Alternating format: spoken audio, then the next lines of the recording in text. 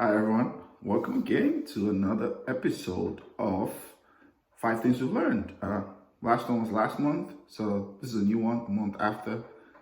Before I go on, if you're watching this, hit the like and subscribe button, share with your friends, your family, anybody, and also engage with us in the comments, okay? Support the movement. Let's dive right in.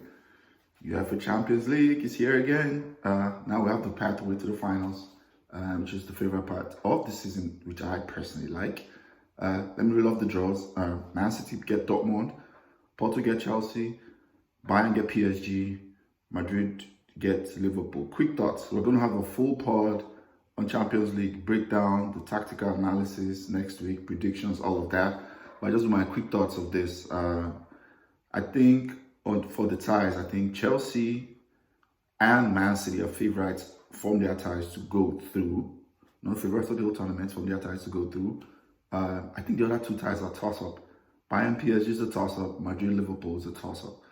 I'm going to say quickly, I think Liverpool is a dark horse. It's weird to say that. They just won the tournament, 2019? But I think they're a dark horse. They're flying under the radar. I'll quickly talk about round of 16 game. Chelsea, I think they managed their game very, very well against Atletico. Every other tie was kind of expected apart from that game.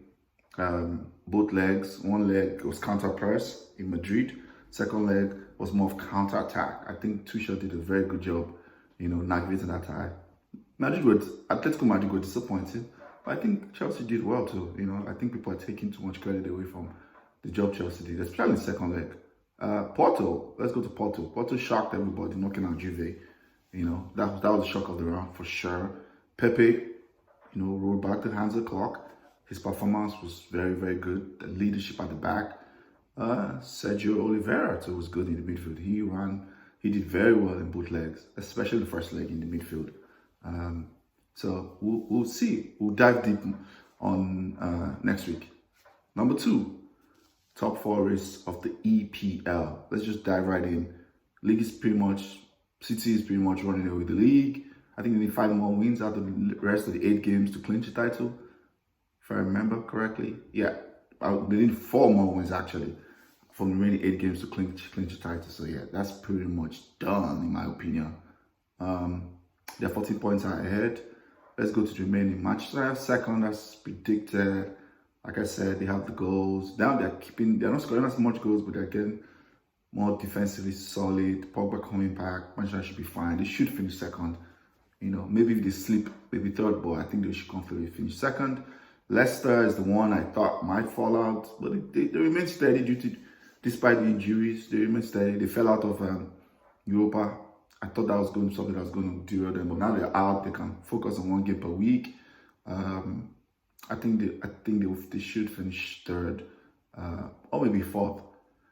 Now Chelsea was the one I predicted was going to make top 4. I thought they were going to come in much later, but Liverpool falling off a cliff. Chelsea already in the top 4.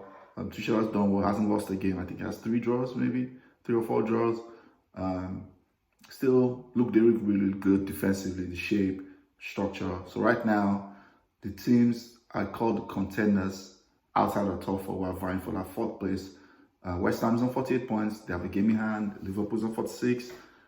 No game in hand. Everton is on 46 also. They have 1 game in hand. The Spurs on 45 with 1 game in hand.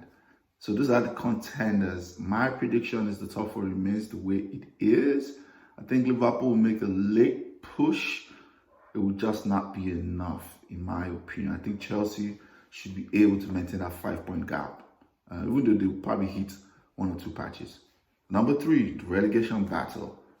I think it's come down to Fulham, Newcastle, and Brighton. At this point, with how many games to go?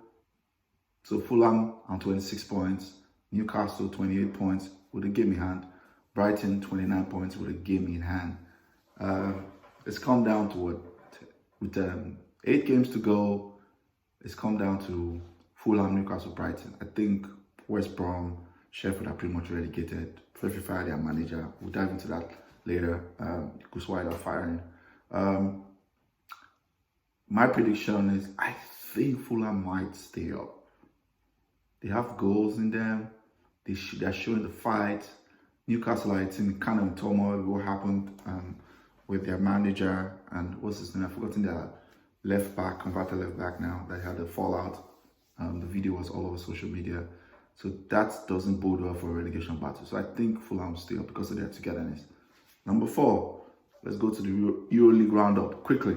In Spain, 11 games to go. Atletico's on top, 4 points ahead of Barca. They're on 63. Barcelona's on 59. Madrid's on 57. 11 games to go.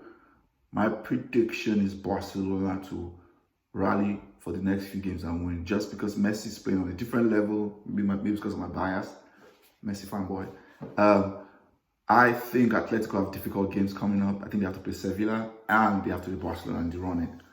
For Barcelona, the key has to be what they do in April in the Clásico. If they beat Madrid in the Clásico, I think Barcelona are going to win the league. Let's start to Italy quickly. Inter are on top, 65, 11 games to go. Inter should be fine. I think they're going to win the league. They're like, 9 points ahead of Milan. Juve are back on 55. They can cut it to 7 points every game, man, but that's done in my opinion. France is the most tasty one.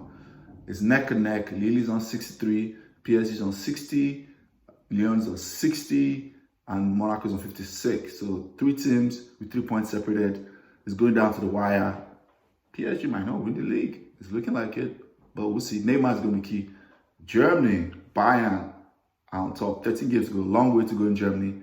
But Bayern on top of 4 points. That's a no-brainer. That's done. And number 5, and finally, let's talk about Europa now. Draws are out. I wasn't going to pay attention, but now I think it's getting to the business end. Draws are out. Arsenal and Manchester United are separated. I think they are the 2 strongest teams left. It's based on squad. I think Manchester United has the strongest squad by far to everybody else. We'll see. This is the best chance for Solskjaer to win a title, win a trophy. That's eluded him since he's been Manchester United manager. And I think they are the favourites for 2 reasons. They don't need it, so there's less pressure. And 2, just because of squad talent. Possible tie between Arsenal and the semi-final. And Mr. Good Evening, Unai Emery. Like, share, subscribe. Catch you on the next one.